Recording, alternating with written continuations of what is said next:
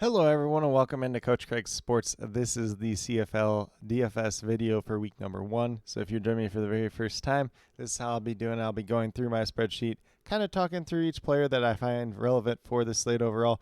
I'll talk about whether or not they're a GPP play, a cash game play, kind of a pay down option or a dart throw option, and then kind of a little bit whether or not I'd be overweight or underweight to the field on them. It's going to be pretty similar to my UFL DFS videos if you follow those ones. If you follow from CFL last year, should be pretty similar to that as well. So first off, definitely do appreciate each and every one of you joining for this very first week. This week's video might end up being a little bit longer because we'll be talking about some of the guys that are newer to the teams as well. But we're going to start out with the Montreal Alouettes, who have the same 3 quarterbacks returning for this season. We got Cody Fajardo at the top. He's going to be a GPP option at $8,500. Probably going to be slightly overweight to the field on him once again. Pretty solid quarterback. You know, he's not anybody that's going to win you most slates, but does have some decent ability, and he is at one of the cheaper price tags for week number 1. At running back, they did lose William Stanback, so really just the 2 guys from behind him from last year that are going to step up, Walter Fletcher and Jayshon Antwi.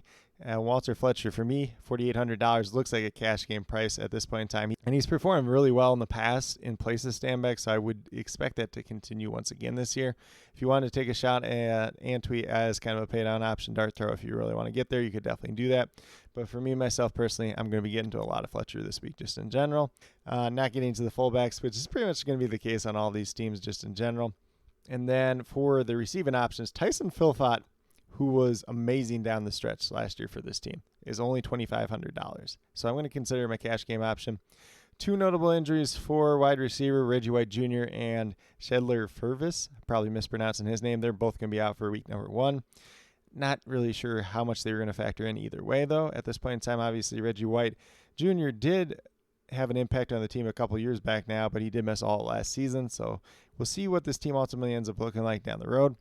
2 names to monitor, though, at the wide receiver position. Tyler Snead, who played pretty well for them out of East Carolina last season, $6,100, potential GPP option if you want to go that direction. And then Charleston Rambo, who spent some time with Oklahoma and then Miami in college, spent some time in the XFL. Didn't really do too much there, but had a really strong preseason up in the CFL. He's $8,200, probably a little bit more expensive than I'd like to pay for him. But if you want to roll him out in GPPs, you could. And then kind of our pay down options, we got Cole Speaker, who had 30-plus catches for them last year at $2,500. Potential dart throw if you want to go that direction. And then James Lecter Jr. will operate as the return man for this team and play probably a little bit of wide receiver here and there. And part of CFL DFS, if you're not familiar, you do get points for return yardage. Obviously, if you get a really good returner, that could really add up in a pretty big way just in general. So some of these guys that are going to be the return man for their team that are listed, like $3,000 or less, especially for week 1, we'll list them down as a GPP option just in general. And then in terms of the Alouettes defense, not really getting there against Winnipeg this week. I think they're a decent defense, but Winnipeg is one of the stronger offenses in all the leagues. So really just in general for Montreal this week, going to get to a little bit of Cody Fajardo, a lot of Walter Fletcher, a lot of Tyson Philpott, and then maybe take a shot on Tyler Snead, maybe take a shot on Cole Speaker, maybe take a shot on Charleston Rambo and James Lecter Jr. kind of here and there. Then we're going to move down to Winnipeg, the Blue Bombers. They are going to return a lot of guys once again as well. Their quarterback room is going to look a little bit different this year. They have Zach Collaros at the top. He's still going to be a very viable GPP option, $9,900. He does have, that kind of game-winning slate upside on any given slate. And the 2 guys they have behind him this year, Chris Streveler, who spent some time in the CFL, in the NFL, kind of more of that short yardage quarterback typically. And then Terry Wilson, kind of a little bit more mobile quarterback too. Most recently was playing in the USFL for the, I believe, Houston Gamblers last season. But mainly as long as Collaros is healthy, he's going to be the starter at quarterback. At running back, Brady Oliveira returns, so he's going to be a solid GPP option once again, $10,100. I believe he's the most expensive player on the entire slate, which if you saw what he did last year, definitely does make some sense.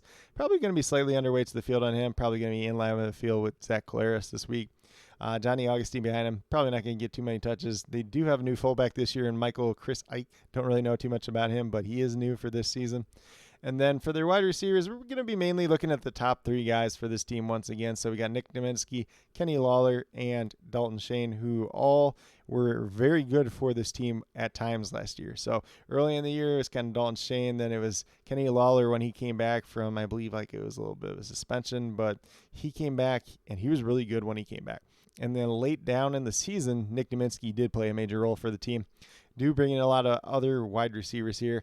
whether it is Kevin Secluris, probably mispronouncing his name, Josh Johnson, who did spend some time in the USFL last season, played his college ball at Tulsa, Myron Mitchell, who played his college ball at UAB and did spend some time in the USFL. He is going to be their kick and punt returner, at least to start the year, so he could be a guy that could rack up some yards, so, maybe a little bit of a dart throw if you want to get there. Could be a potential deep threat for this team as well, although they have quite a few of those just to start off. And then Ontario Wilson is also going to be new. The only other returning wide receiver this year is going to be Drew Wolters-Ziski at $3,500. He's a potential dart throw if you want to go there too as well. Should be on the field quite a bit. If he goes out there, if he gets a touchdown, a couple catches, like he's been known to do for some weeks, he could be pretty good at $3,500. And then for the Blue Bombers defense, $4,800 is just more than I would like to pay for them this week. If you really want to do it, you could do it. But I think the Alouettes are going to be a pretty decent team once again, since they did win the Grey Cup last season and return a lot of those players just in general. And then we move down to the Tiger Cats, who are going to have an interesting situation at quarterback. I believe it's just going to be Bo Levi Mitchell to start off the year. Obviously, Taylor Powell played reasonably well for them at times last year, so we'll see what this quarterback situation becomes. And then Harrison Frost actually did have a pretty strong preseason for them as well. So this quarterback room is looking a little bit better than it was last season. But I would assume that Bo Levi Mitchell gets the start. If you run a roll mount GPPs, you definitely could do that. And one major note for this Tiger Cats team, James Butler, the star running back for their team, $9,300. I do consider him a GPP option if he does ultimately end up playing this week, but he's been limited in practice all week due to a hamstring injury. He is technically listed as questionable for this week's game.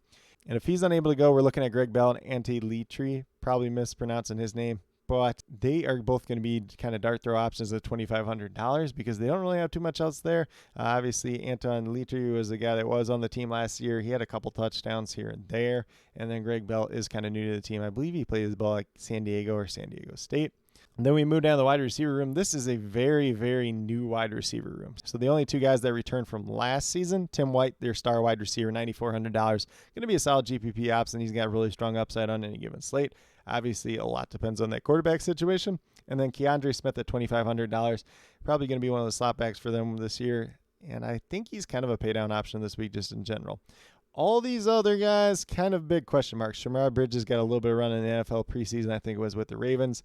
Kind of like a tight end wide receiver, like tweener guy. So we'll see what he does at the CFL level. Stephen Dunbar Jr., obviously he played last year with Edmonton. He was pretty good there.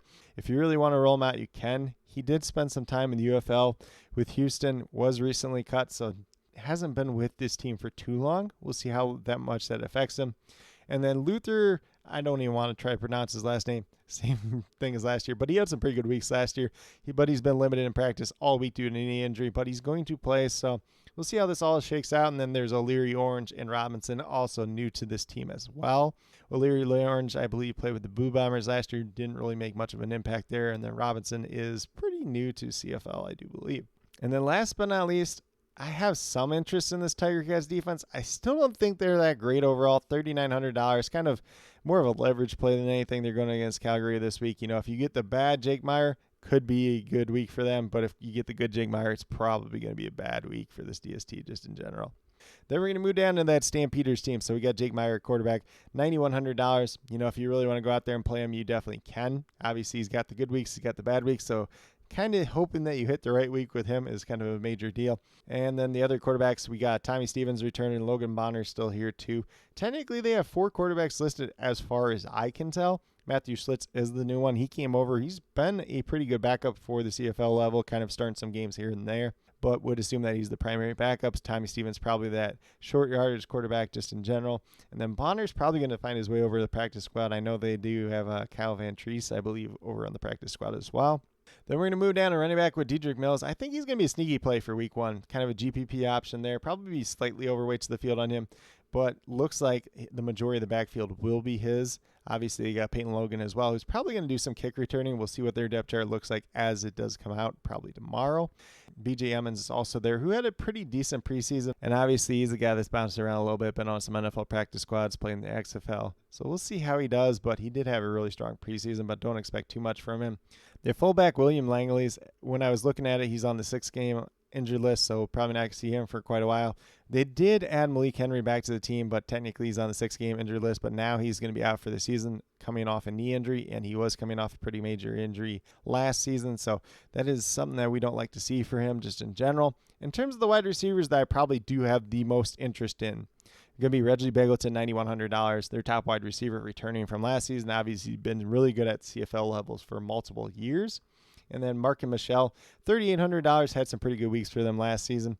He's a pretty cheap option, probably even a cash game option if you really want to go that direction.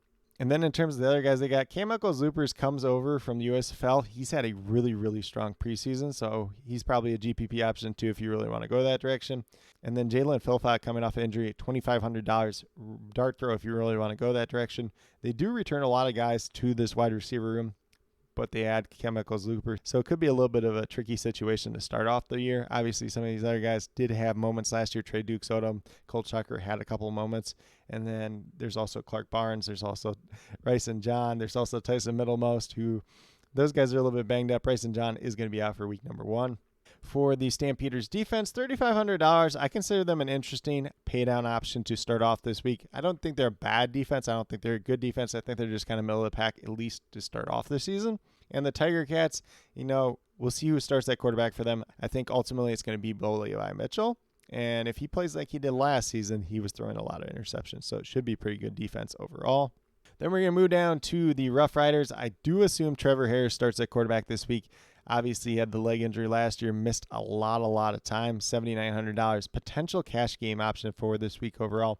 Behind him, we got Shea Patterson, who returns to the team, and then Jack Cohen, who was in the XFL last year, formerly of Wisconsin and Notre Dame. And then at running back, newcomer AJ Alouette's going to lead the way there, $8,600 GPP option. I don't know if it's going to be quite as good for him this season as it was in Toronto, but should be a pretty solid option regardless. And then I will mention their fullback, Bruno Labelle. He was limited practice Tuesday and Wednesday due to leg injury.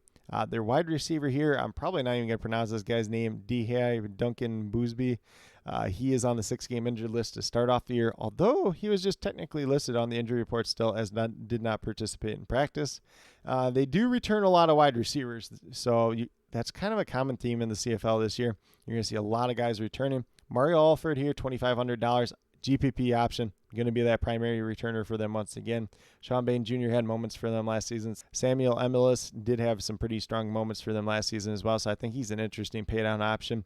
And then Mitchell Picton comes back. He had a couple touchdowns last year. Keon Schaefer-Baker had some pretty good moments after he came back from being injured last year. Jer Stern, the little kind of slot wide receiver, he had some really big weeks, so $2,800. Potential GPP paydown option there as well. So the Rough Riders, kind of an interesting team at wide receiver. I think they have a lot of talent here, but who's going to show up kind of early on in the season is going to be a question that's going to remain to be seen. So kind of taking some shots on a lot of these different guys makes some sense. They do have 2 new guys in Aju, believe that's how you pronounce his name. And then Keyshawn Johnson, that does have a little bit of NFL experience, but $8,100 for a guy that I don't think is going to see a lot of playing time week 1. That is not something I want to get on board with. And then in terms of that Rough Riders defense, going against the Elks this week, I think it should be an okay matchup. So $3,700, don't mind getting there, probably be slightly overweight to the field. And then we moved down to that Elks team. So we have McLeod Bethel Thompson joining the team now. It's kind of assumed that he's going to be that starting quarterback at $10,000. Although, Trey Ford was pretty good last year at $8,900. So I would not be surprised if this ends up being kind of like a 2-quarterback system, a kind of a little bit of controversy here at one point in time during the season. Not sure if that's going to be week 1 or later on down the road. But with that all being said, I don't really want to attack this quarterback room for week number 1. And then Jared Doege, the 3rd quarterback, has not practiced this week due to a knee injury. Not too worried about him, though. I will say at running back, though, they only have Kevin Brown and Javon Leake now. So they had, I believe it was Cameron Peoples in camp for the preseason. A lot of people thought he was going to stick on with the team. He did not. So Kevin Brown, GPP option there at $7,000. He did have some decent weeks last year. And then obviously Javon Leake hasn't really played a lot of running back last season, but he's a really, really good return man. So if you really want to take a shot there, you could definitely do that. In terms of the wide receivers, we got 2 guys that are hurt this week. So Gavin Cobb, limited practice Tuesday, did not practice on Wednesday due to a hip issue. And then Vincent Forbes Mobile, probably mispronouncing his name once again, he did not practice Tuesday or Wednesday due to a hip injury. So not too worried about those guys. They're probably going to be lower on the totem pole just in general. The two guys that I would probably be the most interested this week, Geno Lewis, potential cash game option of $4,900 returning to the team. And then Curly Gittens Jr., the veteran coming over, he's $5,000. Potential GPP option there, probably in line with the field or slightly overweights the field on him. Although I will mention a lot of the camp buzz has been for Hergy Miala. So he's $2,500. If you want to take a dart throw there, you could definitely do that. I personally am not a fan of Dylan Mitchell. Malik Flowers didn't do much in the preseason, so I'm not sure how much he's going to be involved for this team. I like Kyron Moore, but I liked him a little bit more when he was doing some punt returning last year. Now with Javon Leake on the team, I don't think that's going to be a possibility for him. In terms of the Elks defense, $3,600 going against the Rough Riders. There could be some potential to be had there, so I consider them a GPP option, GPP pay down. So probably slightly overweight to the field on them. I think they're a decent defense when their offense looks competent at the very least. Then we're going to keep moving down. So we have the BC Lions with Vernon Adams Jr., $10,200. So I guess I lied. There is one player more expensive than Brady Oliveira, and it is Vernon Adams Jr., who definitely has some of that high-end upside at the quarterback position.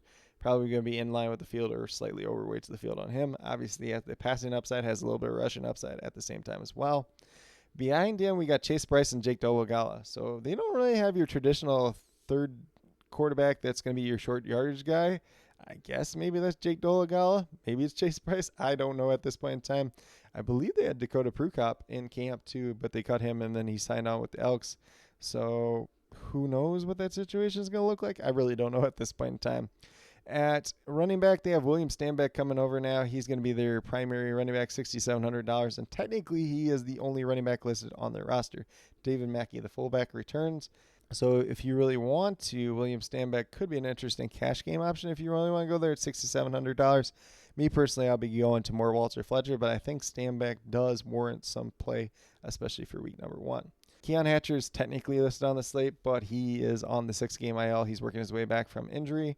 And then we're looking at some newer names in this wide receiver room. So the biggest ones that we're going to see coming back is going to be Alexander Hollins, GPP option, $8,700. Me personally, I think they would probably lean on him a lot week 1, but we'll have to see. Javon Catoy, I think, could make a pretty big impact week 1. GPP pay down option at $2,500. Justin McGinnis had some flashes last year at $3,500. And then Terry Williams, $2,500 is kind of a pay down option as their return man. He does a pretty good job in that regard. And then past that, we got Travis Fulgham, NFL veteran, coming over at $2,500. Potential dart throw if you want to go there. And Aiden Eberhardt is kind of this potential deep threat for this team overall. So he could make his way into a pretty big role. I think it's like his second or third year in the CFL now. Hasn't done too much. Didn't play a lot of games last year.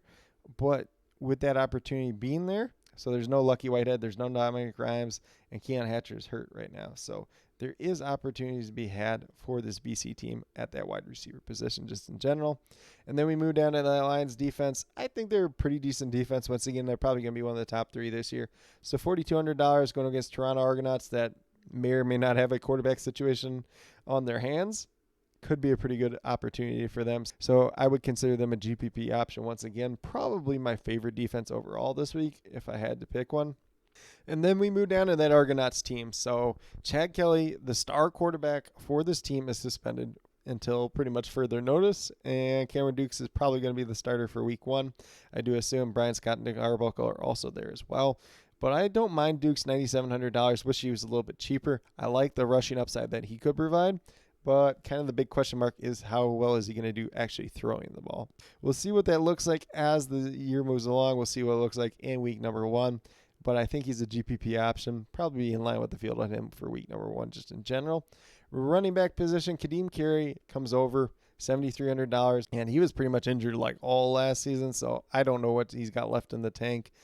I will say Daniel Alboyo didn't really play too much in the preseason. A lot of Deontay McMahon in the preseason. So if you want to take a dart throw on one of those two guys, you could definitely do that. I'm probably going to avoid this running back room altogether, though, for week number 1. And then in terms of the wide receivers, we got a couple injuries here right now. So Tommy Neild, $2,500, limited practice Wednesday due to quad injury. I kind of had him as a potential paydown option or dart throw if he was going to play or if he wasn't going to be banged up. But now that he's kind of banged up, probably getting off that this week. Kevin Meidel did have some hype in the preseason. He did not practice Wednesday due to a foot injury. And then we have DeMonte Coxey, kind of one of their big wide receivers, last year and probably expected to be once again this year. Limited practice Wednesday due to hamstring injury. I do believe he had a hamstring injury last year too as well. So that's something a little concerning. Technically, I still have him listed as GPP option, but I think I'm probably going to get rid of that at this point in time. In terms of the other wide receivers, so Dejon Brissett comes back, $2,900 dart throw if you want to get there. Devarius Daniels probably going to be their top guy this year, or at least for week number 1 at $7,700 GPP option. Does have some decent upside, but $7,700 for him is a little bit more than I like to pay, especially with Cameron Dukes at quarterback. Janorian Grant comes over and will be probably their primary returner, so I think he has some upside in regards to that. Maybe they use him on some trick plays on offense as well. The guy I'm most interested in this year for them, for week 1 at least, Rasheed Bailey, $2,600 pay down option. I think he does have some upside for this team because I'm not convinced on a lot of this wide receiver room at this point in time, especially with the injuries. So I think he could really play a role week 1, $2,600. And at $2,600, kind of worth the price tag to find out. And then obviously the last guy is David Unger III. He does have some good weeks here and there. Obviously if DeMonte Coxey's out, he'll probably play more. So he could have a chance of paying off probably more of a dart throw at that. And then that Argonauts defense, I think they'll be all right this year, but going against BC week 1 is not kind of the team that I want to go against just in general for that defense. So probably not playing him this week. And I will say with the sheet 2, if you're checking up on Patreon, I will have the bye week team listed as well. Since it is kind of week 1, I'm going to just highlight the team as well. So for this Ottawa Redblacks team, they're on bye the first week. I think it's going to be an interesting situation at quarterback. Jeremiah Masoli coming off a major injury. Tyree Adams coming off major injury. Crum played all right for them at times last year. And then Drew Brown's also there, who did have a little bit of promise for the Blue Bombers. So I think it's an interesting situation. Who is their guy long term is kind of going to be that question that remains to be seen. At running back, Devontae Williams did just get injured. He's done for the year with an Achilles injury.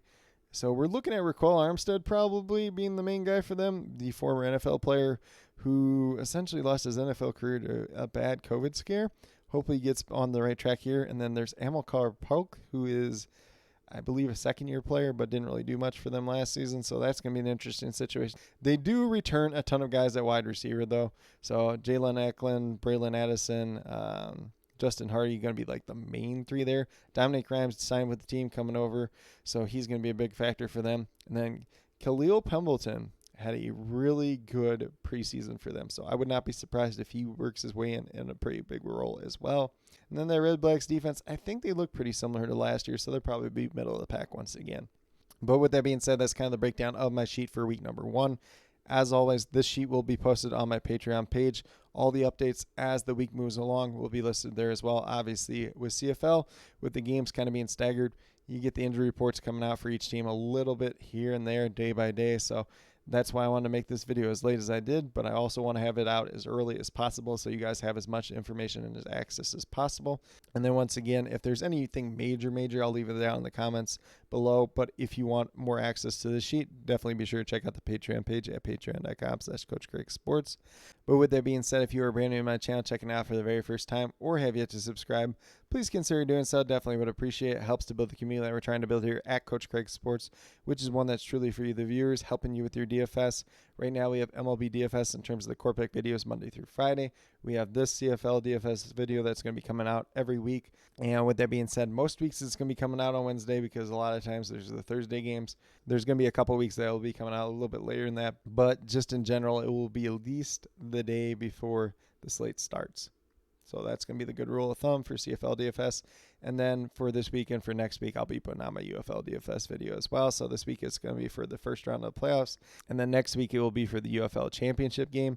And then last but not least, if you're interested in sports betting, if you're interested in prop betting whatsoever, be sure to check out the links and promo codes down in the description below for Prize Picks, Parlay Play, and BetUS. If you're a brand new user on any one of those 3 sites, when you sign up, you make your initial deposit, you will get a first match deposit bonus. For Prize Picks and Parlay Play, it's 100% match up to $100. And then for BetUS, it's 125% match up to $2,500. So some pretty great opportunities to be had out there. And then with that being said, if you have any other additional questions related to that whatsoever, feel free to reach out to me, whether it's down in the comments or on Twitter at Coach Craig Sport, and be more than happy to help you with that journey as well. But with that being said, that's all that I truly have for today's video. Definitely do appreciate each and every one of you tuning in. Definitely means a lot to me. I hope that each and every one of you have a great rest of your day, no matter what day you're watching this video on. A good weekend overall, and some pretty good luck for CFL DFS week number 1.